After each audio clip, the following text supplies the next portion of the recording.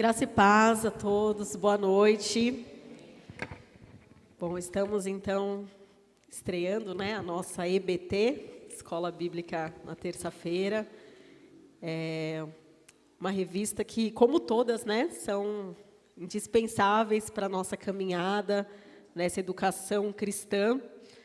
A gente precisa estudar a palavra, conhecer, e nós temos aí estudiosos, pessoas que pesquisam, historiadores, teólogos, cientistas, que contribuem para que nós tenhamos aí um material muito rico.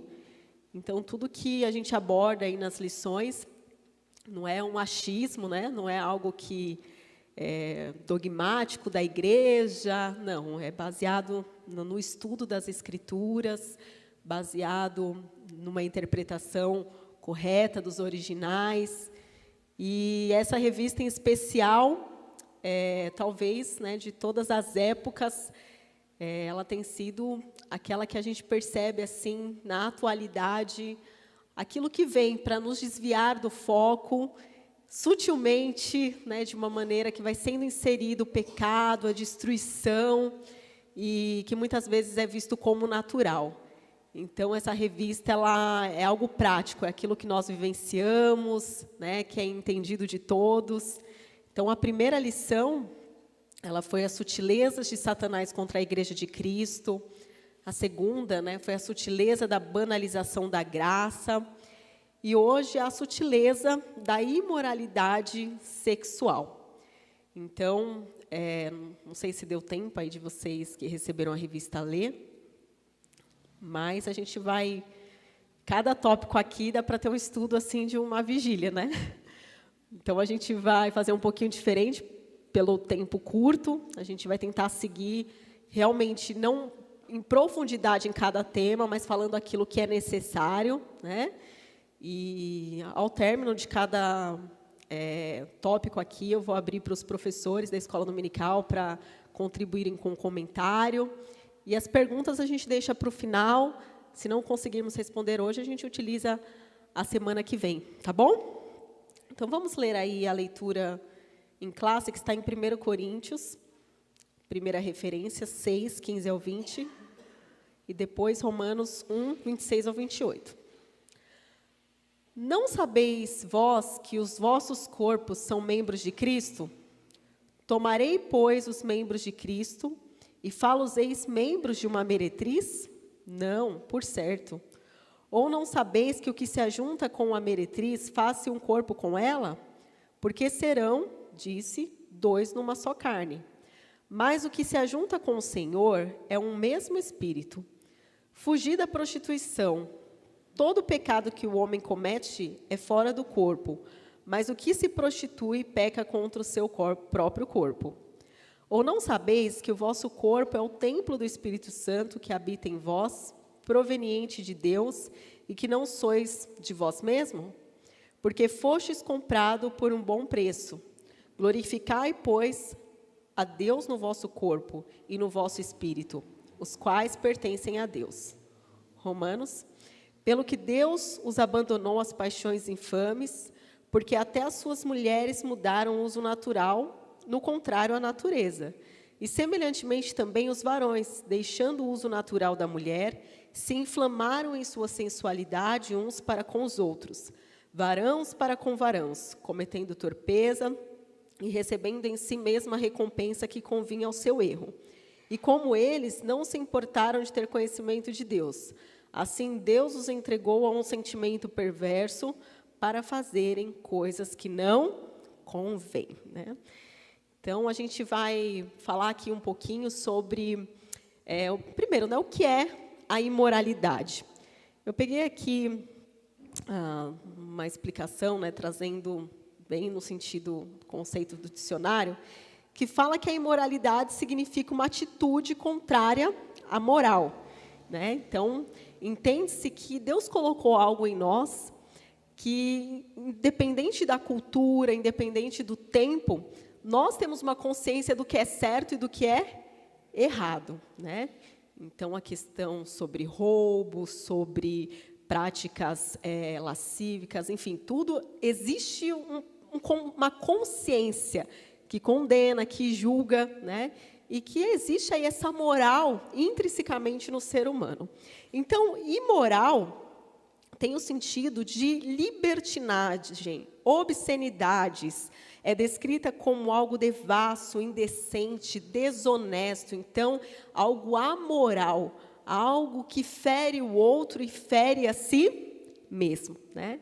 Então, quando a gente fala aí da imoralidade sexual, estamos falando, então, de um aspecto muito importante da nossa natureza. Infelizmente, né, ainda encontramos muitos cristãos que são resistentes para falar sobre a sexualidade humana. E talvez por isso que muita questão da imoralidade, muitos vivenciam, né, até por falta de entendimento, de consciência do que está acontecendo, ainda que sinta que aquilo gera incômodo, que traz consequências negativas. Então, por que é importante nós falarmos sobre sexualidade? Porque nós somos seres, o quê? Sexuais, né?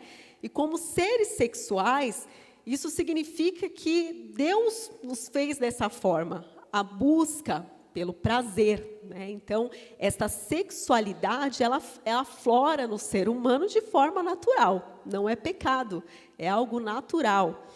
Agora, tem uma diferença, né? Sexo é algo instintivo, está em nós. Então, desde o desenvolvimento de criancinha, ou seja, não que existe ali já uma intenção sexual, mas todo o desenvolvimento já tem a natureza sexual, que vai desabrochar na adolescência e vai caminhar por toda a vida, né, entre as suas nuances e oscilações.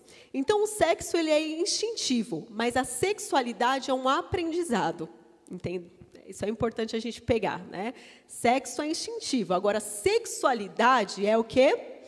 Um aprendizado, que tem a ver o quê? Exatamente com a cultura, com a forma que foi experienciada ao longo do desenvolvimento, né? Então, a sexualidade é um aprendizado, de acordo com a cultura que nós estamos inseridos, os valores, e de como, então, esse sexo ele deve ser praticado. Tem um teólogo que ele diz o seguinte: a sexualidade do ser humano só será sadia à medida que ele deixar que a Escritura defina o que é e como deve ser. Todas as demais definições de sexualidade estão manchadas pelo pecado. Então, no pecado, na natureza pecaminosa, existem as impurezas, as inclinações da própria carne e a idolatria ao sexo, né? Então, a sexualidade saudável, ela só está explícita na palavra de Deus.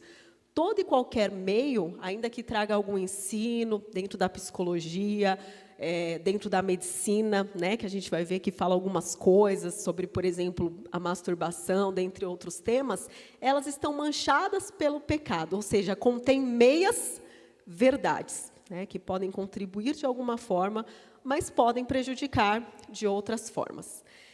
Bom, vamos ler aí a introdução? Diz assim, ó, na página, a minha é 19, de vocês, 13.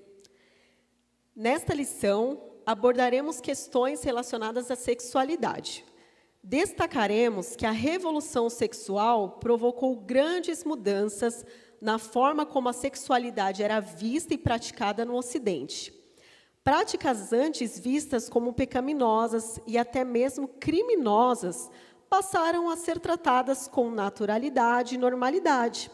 Por exemplo, o sexo antes do casamento e entre pessoas solteiras, o que era visto como fornicação, passou a ser uma prática cada vez mais aceita e tolerada.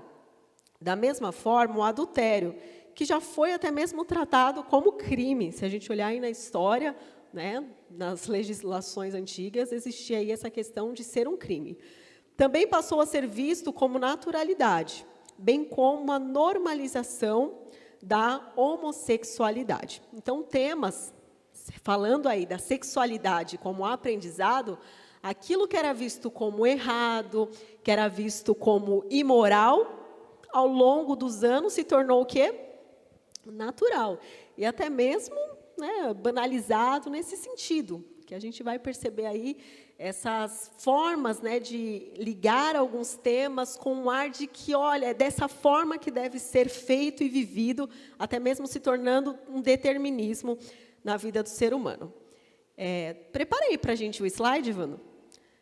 O tópico 1, a revolução sexual. A gente já ouviu falar sobre a revolução industrial, né? Vocês já ouviram falar que existiu a revolução sexual? Bom, a gente sabe assim que, Evelyn, lá nos tempos primórdios, os gregos, já existia, né, uma homossexualidade latente, vivida, a questão do aborto, a questão da poligamia, verdade. Mas houve uma mudança, né? A cultura em si, ela se tornou aí um campo, né, onde teve ali a visão dentro do judaísmo, dentro ali dos ensinamentos até mesmo da Igreja Católica, que havia firmado um segmento do que é moral e do que é imoral. Mas, quando chegou aí, trazendo mais para perto da gente, em meados do final dos anos 60, e o ápice, que tudo indica, foi realmente ali os anos 60 e alguma coisa, né, 68, se eu não me engano, foi a era da revolução sexual. Então, diz assim, o tópico 1. O paradigma judaico-cristão moldou a cultura ocidental durante séculos. Né? Dentro desse modelo cultural, os valores morais prevalecentes eram aqueles extraídos da Bíblia ou inferidos a partir dela. Nesse aspecto, a sexualidade humana era vista como algo sagrado e que, portanto, deveria ser exercida dentro dos parâmetros estabelecidos por esse modelo. Dessa forma, as relações sexuais deveriam ser heterossexuais, monogâmicas, não sendo consideradas normais ou aceita nenhuma outra forma de expressão sexual. Havia, portanto, uma visão conservadora sobre a forma de como a sexualidade deveria se expressar. Mas aí o que aconteceu?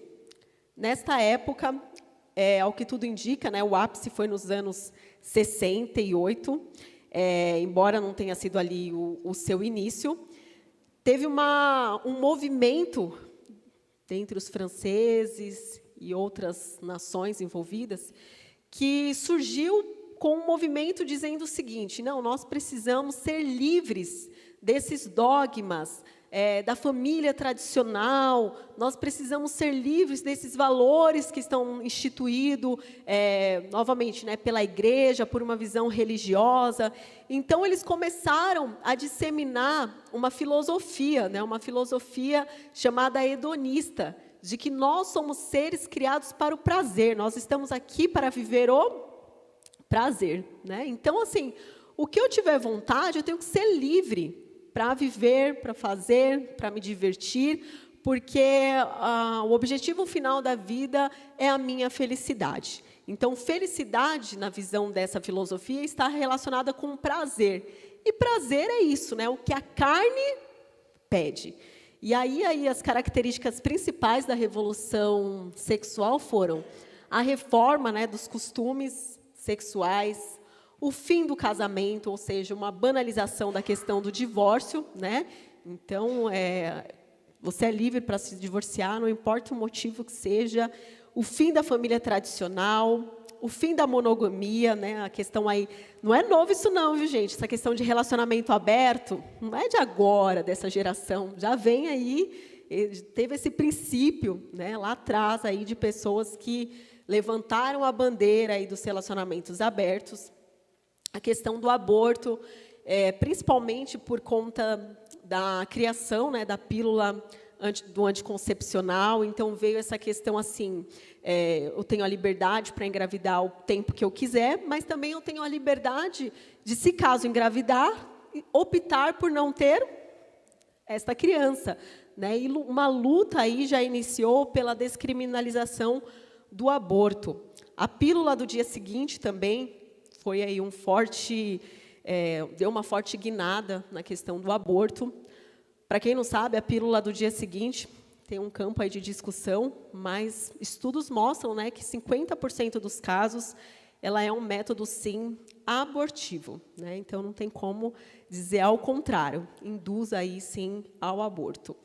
A propaganda do aborto, a propaganda do amor puro, então, assim, não importa se é o mesmo sexo, né? Se amam, é amor de verdade, então, que sejam felizes. A facilitação do divórcio, então, a aceitação do adultério, a questão da pedofilia, como sendo aceitável. Existe aí, só para a gente refletir sobre isso, existe um movimento aí que diz o seguinte: olha, a pedofilia, obrigada, não é tão, o pedófilo, ele não é doente.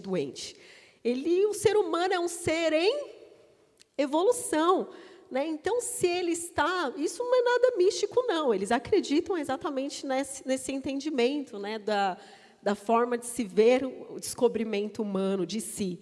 Então, nós estamos num processo de descoberta. Então, não é crime, né?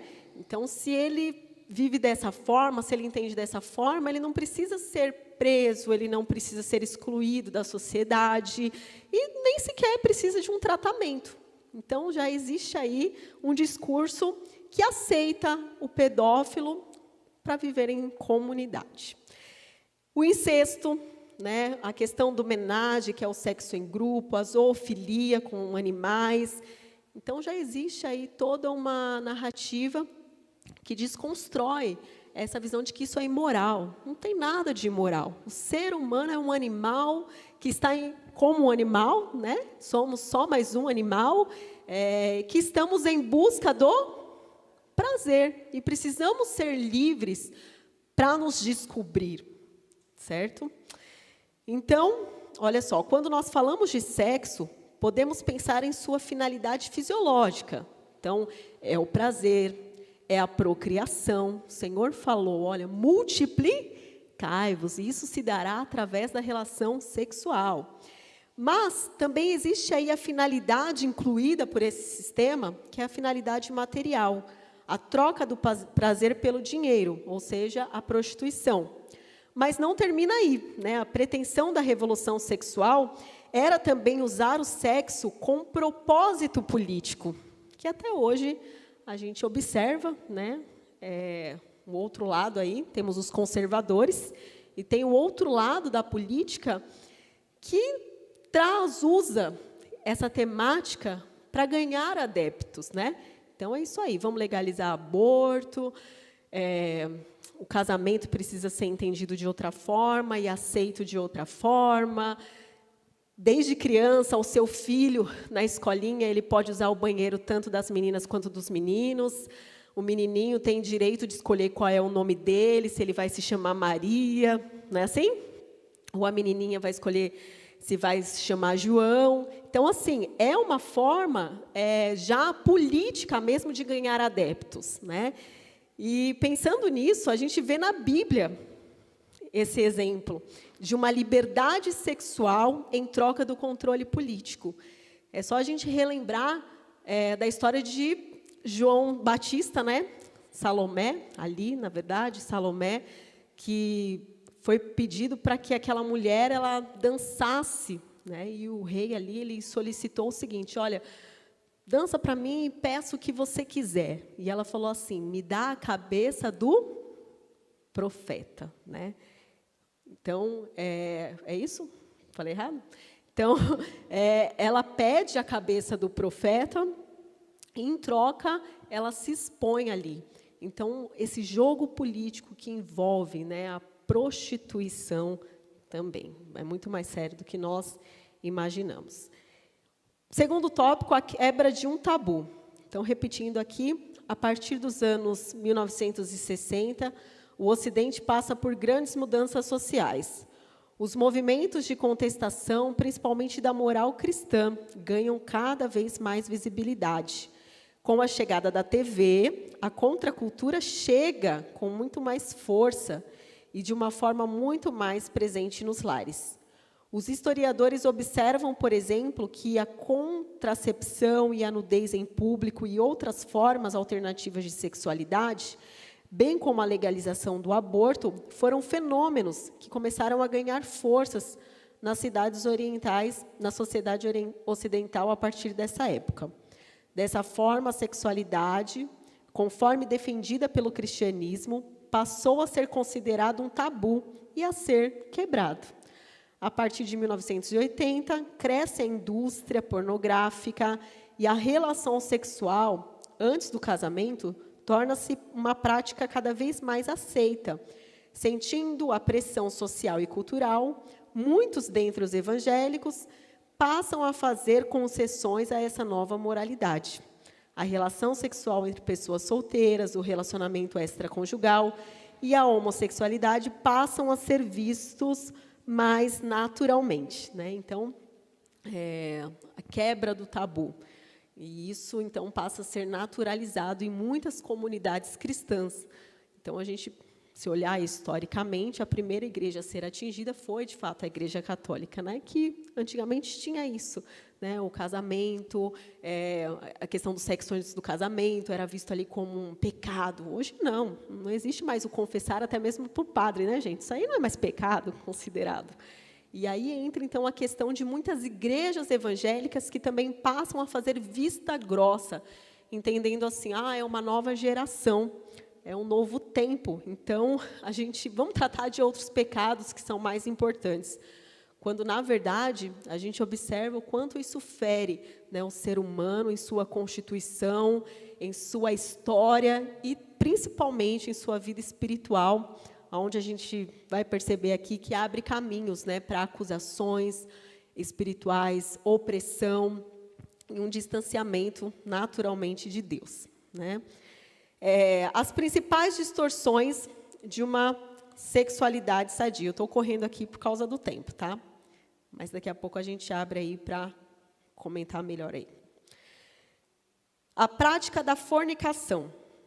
No contexto evangélico, o termo fornicação passou a ser entendido como a prática não aceita e reprovável antes do casamento, realizada por pessoas solteiras. Contudo, o termo grego usado no Novo Testamento, porneia, que dá origem às palavras já cunhadas na língua portuguesa, como pornô, pornografia, possui um sentido muito mais amplo. Significa qualquer tipo de ato sexual considerado pecaminoso, incluindo adultério, prostituição, impureza e fornicação.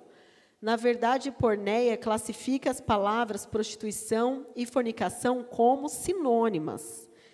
Em 1 Coríntios 6,18, Paulo usa o termo com os sentidos de fornicação e prostituição, considerando como prática pecaminosa e extremamente maléfica para a vida cristã. É equivalente, né, biblicamente falando, tanto porneia, a porneia tem tanto sentido aí de um ato sexual fora do casamento, né, a fornicação, e prostituição. Então, muitos cristãos, eles acusam a prostituta, né, acusam aquele que está ali se vendendo, mas acha normal ter relação fora do casamento. Mas, biblicamente, é equivalente o pecado. As consequências sociais podem ser diferentes e pessoais. Porém, biblicamente falando, elas são equivalentes enquanto pecado. A gente ouve, né, alguns comentários assim. Então, se o sexo é para ser praticado só no casamento, por que Deus nos fez, desde a adolescência, aflorar? Né? Então, assim, poxa, se é só para o casamento, por que Bom, a gente tem que imaginar que o nosso desenvolvimento humano, ele segue normalmente, né? Só que a natureza humana pecaminosa nos leva agora a viver uma lei de Deus que não é para nossa, como que eu posso dizer, opressão ou tortura, mas é uma segurança para a nossa vida. Então, toda a lei de Deus, ela não é para oprimir, ela não é, como muitos imaginam, para castigar, mas ela é uma segurança, tanto para a saúde física, para a saúde emocional e para a saúde espiritual. O sexo fora do casamento pode, sim, satisfazer no momento, pode trazer o prazer momentâneo, mas as consequências negativas, elas surgem após o ápice do prazer. Então, eu só trouxe aqui um exemplo, porque tem muitos que a própria ciência nos ajuda a falar sobre isso, que tem a ver com o hormônio que é liberado na relação sexual, que um dos hormônios é a ocitocina, e a ocitocina é considerado o hormônio do prazer. É o mesmo hormônio que, quando a mãe dá à luz ao seu bebê, é liberado, e aquilo proporciona um vínculo, uma ligação com aquela criança, de intimidade. E no ato sexual, esse mesmo hormônio, esse neurotransmissor aí, ele é liberado. Então, o que acontece com o casal que tem a relação sexual? Vai ser o quê? Acendido, esse sentimento. Porém, é aí que está, né? O Senhor ordenou para que seja dentro do casamento, para que seja essa relação de intimidade, essa ligação. Quando uma pessoa tem isso uma vez, porque no namoro é frágil, logo essa relação pode se dissolver, né? Aí já criou um vínculo, por exemplo. Então, um vai sofrer, vai se frustrar, porque já ligou algo em si. Mas tem o segundo parceiro, parceira, a terceira, a quarta. Chega um momento que essa liberação, ela é banalizada no cérebro. Olha só. A pessoa banalizou a liberação de ocitocina. E aí, o que acontece? Bom, Deus pode restaurar? Sim, né? Restaurar no sentido de que trazer esse sentimento novamente de uma forma saudável. Mas as próprias pesquisas indicam que, quando a pessoa tem relações sexuais fora do casamento, diversos parceiros, por exemplo, se ela se casa, a probabilidade de ser infiel, ela é quantas vezes maior? 80% a mais. Por quê? Porque o próprio organismo pede um novo parceiro, e um novo parceiro, e um novo parceiro. Então, essa ocitocina liberada, ela serve para que haja ligação, para que haja cumplicidade. Mas quando isso são com diversos rostos, eu não estou nem entrando em aspectos espirituais, né, do que é a relação sexual, mas a gente está falando aqui de uma questão química. Isso é como se desse um curto-circuito que a pessoa não consegue mais ter uma identificação para essa formação de elo de ser uma só carne. Então, a gente está falando aqui da questão da ocitocina. Mas tem outros problemas que a relação fora do casamento traz. Doenças, o quê? Sexualmente transmissíveis, né? Exposição a doenças. A gravidez fora do casamento, que traz consequências para uma vida inteira. E, espiritualmente, a abertura, novamente, a culpa, a angústia, e, às vezes, até mesmo o estado de depressão que a pessoa é levada, né, por acreditar numa relação, por ter se entregado em uma relação com diversos parceiros ou diversas parceiras, porque acaba sendo realmente, como a palavra diz, a prostituição do próprio corpo. É pesado, mas é o que está. Essa é a verdade.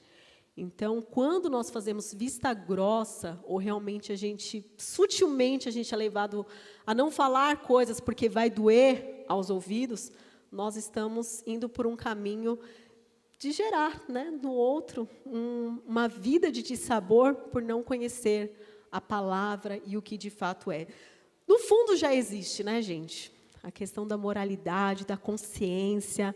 Uma pessoa que caminha com o Senhor, pode ser que ela não tenha lá a raiz da palavra grega para ela examinar, mas ela sabe quando ela entristece o Espírito Santo, né?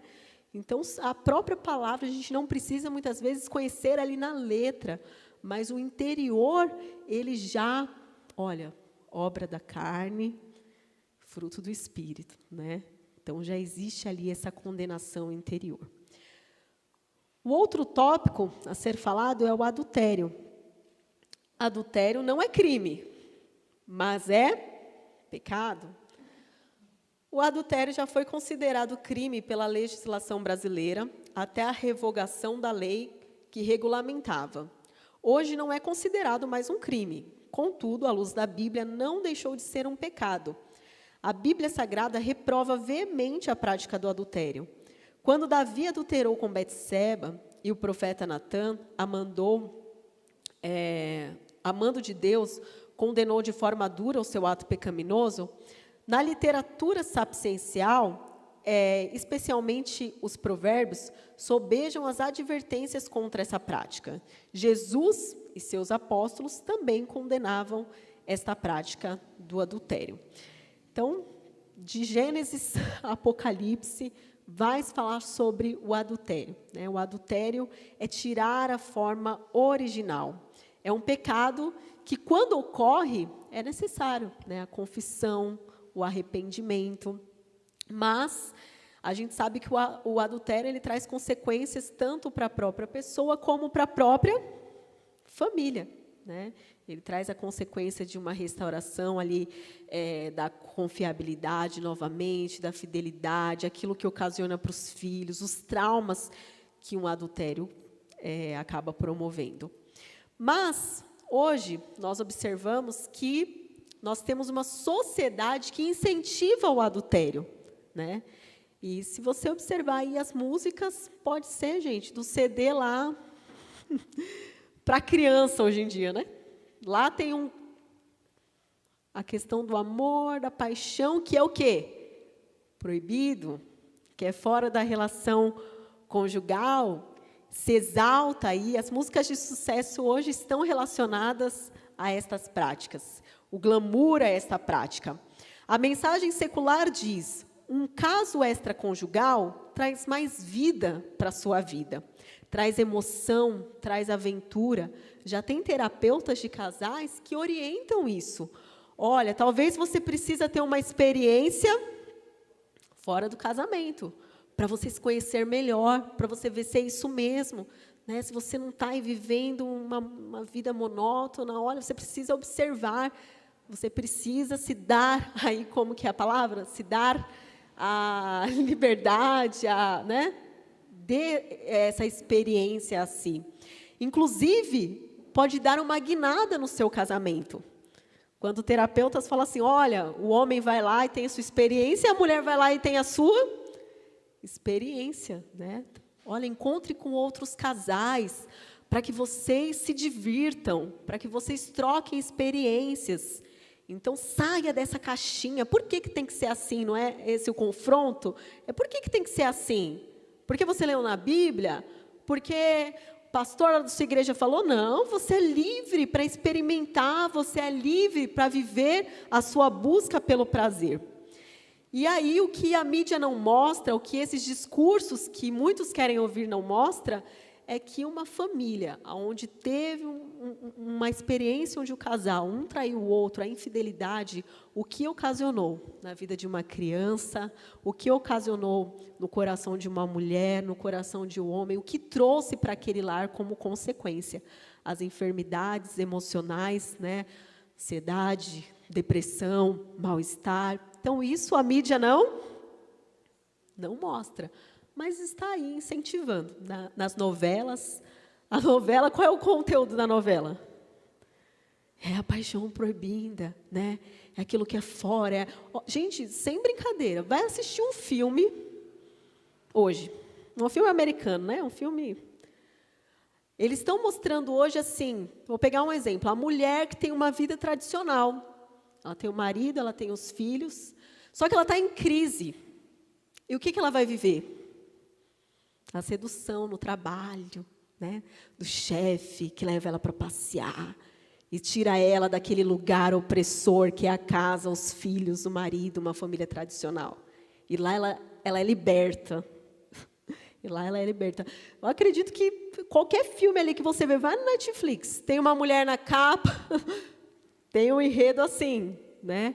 O enredo dos filmes hoje é liberando-se da família tradicional, dizendo, esse lugar é opressor, vá em busca de viver experiências, não se condene a isso.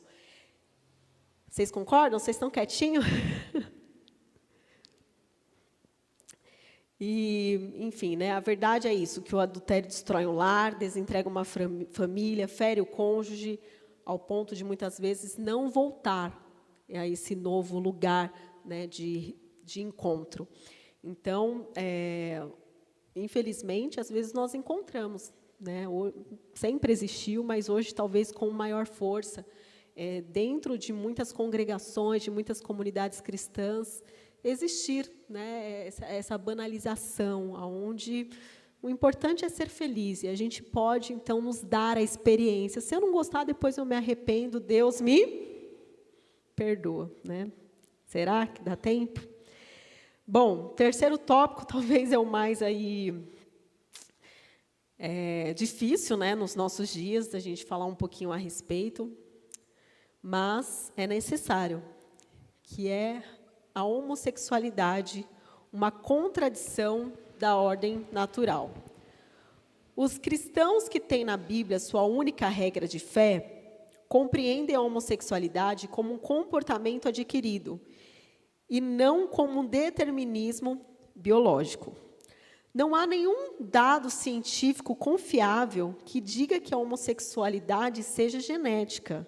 Em outras palavras, não há como dizer que alguém nasce homossexual.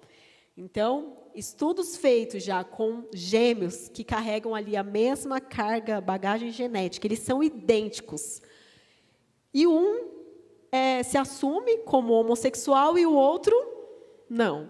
Então, se fosse biológico, ia ser algo determinado. Então, ambos seriam, né, teriam ali a mesma opção sexual. Mas a ciência nunca descobriu um gene que seria responsável por ser homossexual.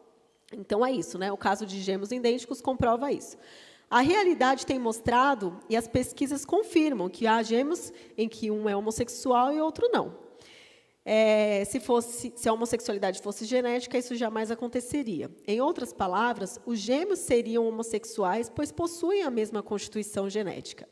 Assim, os cristãos conservadores, que amam a palavra de Deus e o corpo de Cristo, entendem que a reprovação da prática homossexual se dá por conta de esta ser contrária à ordem natural da criação, conforme registrada na Bíblia, e não fruto de preconceito.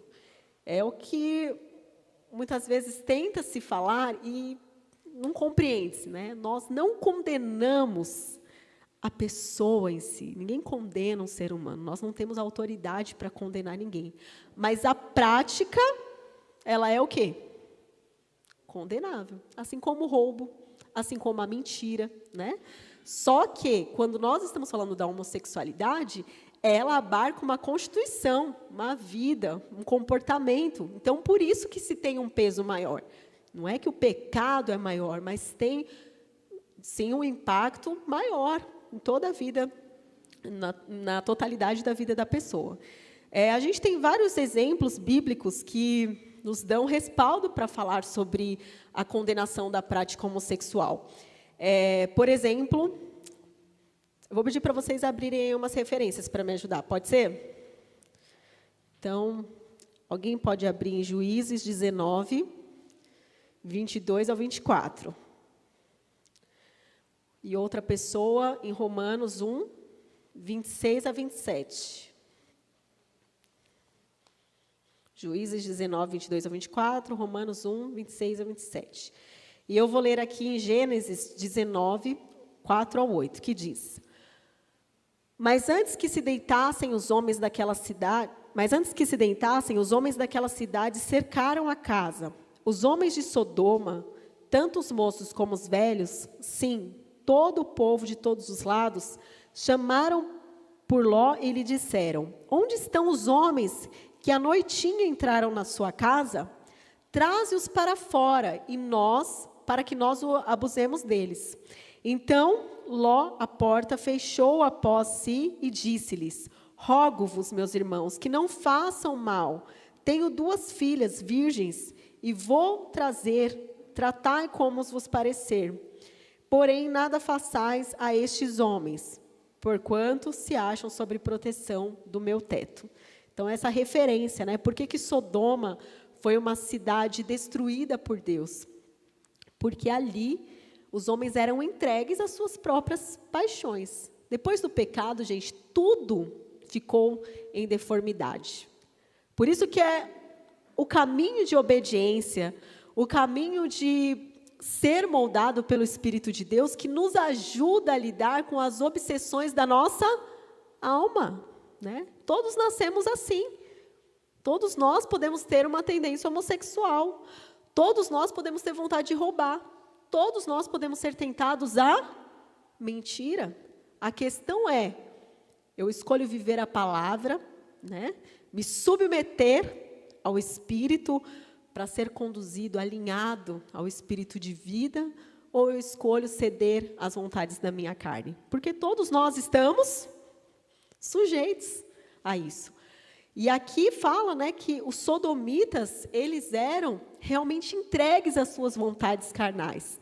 Era a festa da carne, era a festa do prazer. Então, isso vai tomando uma proporção, vai crescendo, igual o fermento, né? Vai ali batendo a massa, vai o quê? Crescendo. Então, você pode imaginar que ali eram orgias, eram coisas terríveis. E eles não sentiam nada de acusação mais. A mente vai sendo cauterizada. Da primeira vez pode até, poxa, isso é errado. Mas daqui a pouco isso vai se tornando normal. E é isso, né? Então, esse crescimento de algo que se começa talvez sutil, mas que chega a determinadas proporções e que, infelizmente, nós estamos já vivendo uma Sodoma, né? Basta você ligar a sua TV num domingo à tarde. Você tem até vergonha, né, gente? Você vai em um lugar, você senta lá no restaurante para comer, tem uma mulher nua, meio-dia, né? E está lá dançando. A Sodoma é o natural. Os outdoors, isso já faz parte da nossa vida. A gente tem que aprender a lidar com isso. Porém, né, tem outras coisas que vão se tornando ainda mais pesadas. E aí, o que nós fazemos? Então, Juízes aí, quem puder ler. 22 ao 24. Então, a gente percebe aí que a maldade, ela sempre existiu, né? E o que é interessante dessas duas passagens é que esses homens, não os que foram em busca, né, dos outros homens ali para abusar deles, mas os que viviam, segundo a cultura judaica, os padrões ali, né, de moral, eles não permitiram que tal coisa acontecesse. Eles não permitiram. E hoje é, né, o contrário. Aqueles que conhecem a palavra estão buscando o quê? Mudar a palavra para atender o desejo dos povos pagãos, né? Ou seja, atender à vontade de uma sociedade corrompida. Romanos, capítulo 1. Então, a gente observa aí esse sentido da palavra que diz, né? Deixando o contato natural, se inflamaram mutuamente em sua sensualidade.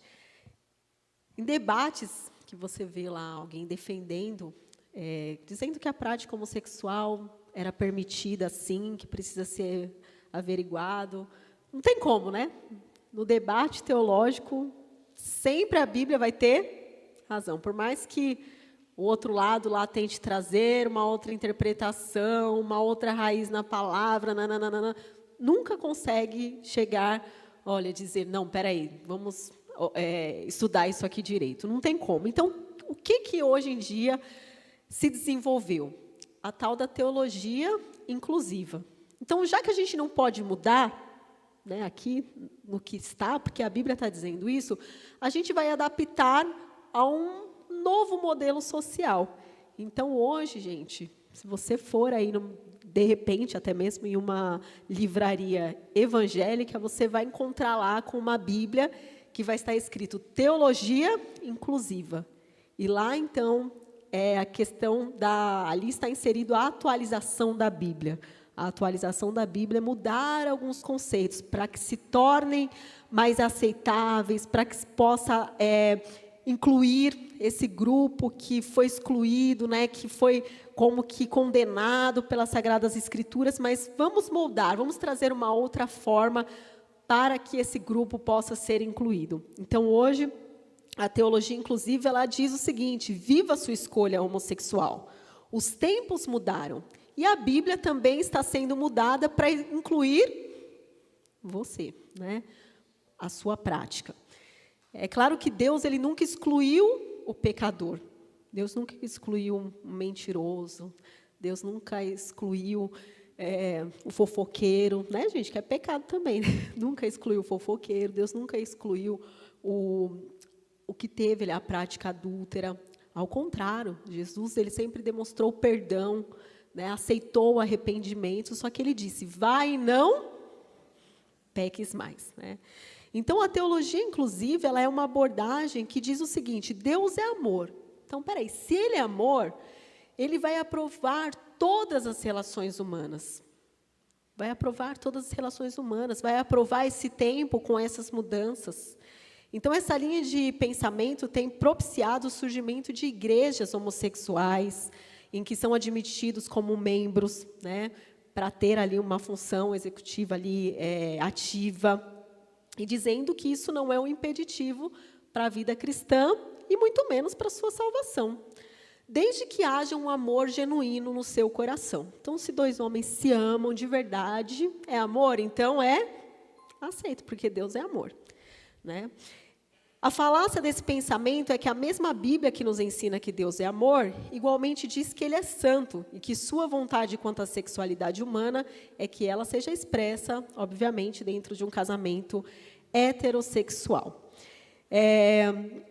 Todos temos uma natureza caída, sujeita a qualquer desejo, desejos de fornicar, desejo de ter uma experiência homossexual, mas cabe a nós lutarmos contra cada um deles.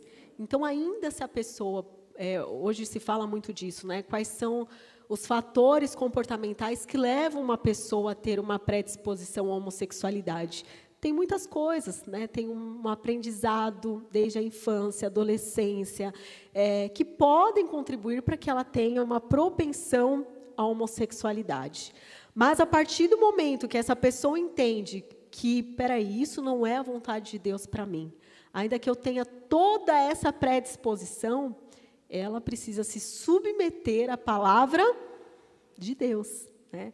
Ela não vai ser excluída, como alguns imaginam, não é excluída, ela não vai ser repudiada da igreja, não é isso, mas ela vai passar por um processo de cura. A libertação é instantânea, mas a cura é um processo. Então, ela é, sim, acolhida pela igreja. O homossexual, ele é, sim, acolhido pela igreja. Assim como aquele que roubava, ou que está ainda em uma vida de criminalidade, entra por essas portas. Ambos vão passar por um processo de libertação, e ambos vão passar por um processo de cura e de santificação, né? A santificação, ela é o processo que é para nós todos. Então, alguns realmente vão ter que lutar mais, né? Vão ter que viver uma vida onde sabe das suas predisposições, como todos nós podemos ter áreas aqui que nós temos tais predisposições, e constantemente precisamos lutar, tapar as brechas, ser conduzidos pelo Espírito para uma vida de santidade. E, da mesma forma, com o homossexual. E hoje o que nós vivemos, né, se tratando aí dessa sutileza da imoralidade que tem adentrado na vida de muitos cristãos, a gente percebe um aumento de número, sim, de adolescentes com inclinações homossexuais. Vocês já perceberam isso? Nas escolas, a gente tem um susto, né, hoje em dia, de adolescentes que a gente conversa e, assim, eles já começam se identificando dessa forma. Olha, eu tenho tal orientação sexual. Eles já vêm muito bem doutrinados, né, da escola, da própria escola, muitas vezes. Então, a gente tem toda uma questão política aí que tem realmente sendo inserida nas escolas, porque eles sabem que, doutrinando as crianças, eles estão formando cidadãos que amanhã vai ser aceito, não vai ter problema nenhum, barreira nenhuma social, para que esses movimentos se estabeleçam como normais, né? Então, isso vem da escola, mas aí a gente tem outras coisas. A gente tem Netflix, a gente tem Amazon, a gente tem uma mídia que está carregada com séries que são aí de toda uma vertente voltada para a exaltação da homossexualidade. Então, se a gente conversa com alguns adolescentes, a gente observa que para eles é o seguinte: você ser aí uma pessoa aberta na sua orientação sexual é você ser o descolado, né? É você ser a pessoa que, olha, realmente é uma pessoa descolada, uma pessoa da moda. Então, hoje, realmente, a gente conversa com muitos pais cristãos que estão tendo dificuldades em lidar com isso, né? Por quê? Porque muitas vezes não foi conversado isso em casa, por ser um tabu, né? E a gente precisa mudar isso. E porque também existe toda uma pregação aí política, uma pregação que vem trazendo essa liberdade, essa, sabe, assim, exaltação de que nós somos seres do prazer e precisamos viver de acordo com as nossas vontades. Os professores, aí um comentário? Então, vamos já finalizar aqui. O padrão bíblico para uma sexualidade sadia. O sexo atende uma necessidade da criação. Uma das principais razões da prática sexual está associada à procriação. Deus disse para o primeiro casal se multiplicar e encher a terra. Sem a procriação não haveria perpetuação da espécie humana. O sexo, porém, atende a uma necessidade premente da criação. O sexo como complementação e satisfação. Além da procriação, o sexo deve atender à necessidade de complementação e satisfação. A Bíblia não condena a prática sexual quando ela é uma experiência dentro dos limites que o Criador estipulou, o casamento. A maneira como o Criador deixou para guardar o casal contra as suas mais diferentes formas de impureza, como a fornicação, o adultério e a homossexualidade, foi o sexo praticado dentro da esfera do casamento monogâmico e heterossexual. Contudo, convém dizer que o sexo no casamento não deve ser visto como um fardo, mas como um espaço no qual se complementa no outro. Também não deve ser visto apenas como um dever ou obrigação a ser praticado de forma mecânica e sem amor. Deve ser feito com amor, de forma que o casal se sinta satisfeito e realizado, né? Então, é outra problemática que muitos casamentos enfrentam, muitas vezes por falta de orientação, de aconselhamento, ou por ter uma visão distorcida, né, sobre o que é a sexualidade no casamento. E o terceiro tópico, o pastoreio cristão e a prática homossexual. Mesmo reprovando o comportamento homossexual, por ser incompatível com os valores cristãos, a igreja não deve, de forma alguma, deixar de enxergar a pessoa do homossexual como alguém que foi feito à imagem e semelhança de Deus. E, portanto, também, por ele é amado, mesmo que tenha sido desbotado pelo pecado. Contudo, nenhum homem ou mulher deixou de ser a imagem de Deus. Como tal, devem ser vistos e respeitados como pessoa. Se um cristão desrespeita o homossexual, trata com indiferença, quem está em pecado, gente? Mais grave, o cristão, né? Porque essa acepção ela não deve ser feita de forma alguma. A igreja, portanto, não deve rejeitar um homossexual, como não deve rejeitar as demais pessoas que agem de forma contrária aos valores cristãos. Todavia, por acreditar que a homossexualidade deve ser vista como um comportamento adquirido e como prática, se afasta daquilo que preceitua a Bíblia sobre a questão correta, sobre a correta expressão da sexualidade. Ensina e ordena o abandono e a abstinência da prática por parte daqueles que se converteram à fé cristã. A igreja crê e defende que qualquer forma de expressão sexual fora do casamento ou praticada por pessoas do mesmo sexo é mostrada nas Escrituras como pecaminosa. Por outro lado, acredita que o Evangelho é poderoso para transformar todo o que crê em Jesus como Salvador, e isto inclui os homossexuais. Amém? Então é isso, né?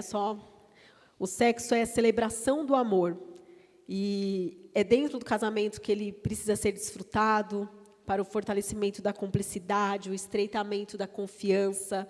E em questão emocional, neurológica, a sexualidade ela louva a Deus, né? Nós louvamos a Deus através da nossa sexualidade, quando ela é vivida de acordo com a proposta da palavra, né? Então, nós sabemos que hoje em dia a pregação é ao contrário do mundo. E basta um olhar, né, uma fala, que se não estivermos realmente fundamentados na palavra, isso pode ser inserido ali no nosso coração. E a gente naturalizar práticas que são, sim, condenáveis à luz das Sagradas Escrituras. Amém, gente? Foi bem corrido, né? Cada tópico, na verdade, poderíamos ficar aqui muito tempo, né, professor Nelson?